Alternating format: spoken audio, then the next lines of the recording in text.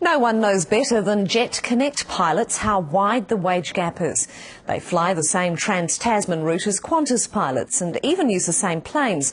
But the most senior earn almost $90,000 less. Jane Luscombe reports.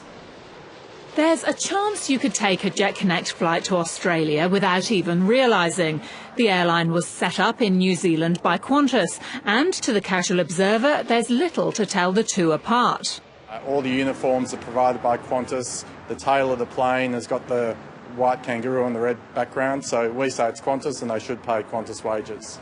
But if you're a Jetconnect pilot, the difference is glaringly obvious.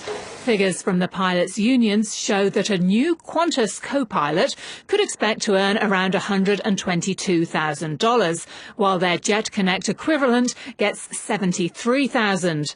A Qantas senior captain takes home around $214,000. At Jetconnect, he'd nosedive to $128,000. Qantas argues that's because Jetconnect is a New Zealand company and the pilots should be paid according to our laws. But the Australian and International Pilots Association has launched a challenge, saying it's Qantas by another name. How can Jetconnect be an airline if it doesn't own any planes and it doesn't have any licences to fly anywhere? The Fair Work Australia Tribunal is investigating.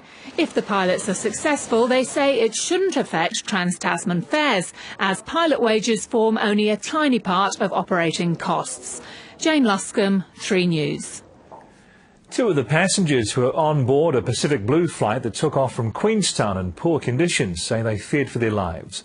One of them will tell his story on Campbell Live at 7. The other is Julia McLean, a former member of the New Zealand women's ski team. Leanne Malcolm has her story.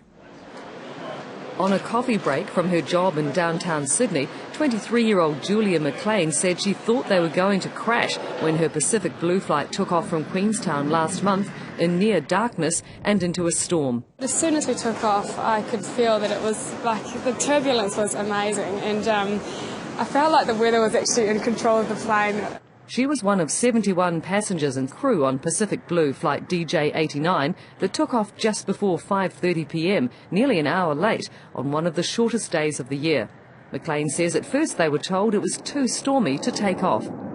I remember being so scared and feeling, because I've flown out there a few times and my bearings were quite different this time. I felt like we were really low, and I couldn't feel that we were turning in time. I thought, where's the mountain here? Eyewitnesses say instead of climbing sharply, the 737 flew low above the lake and into the fierce southerly front that left the resort blanketed in snow.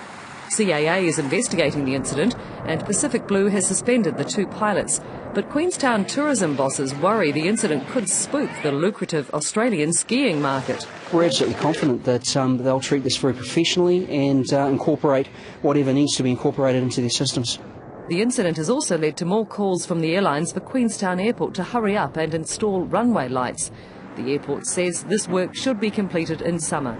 Leanne Malcolm, 3 News.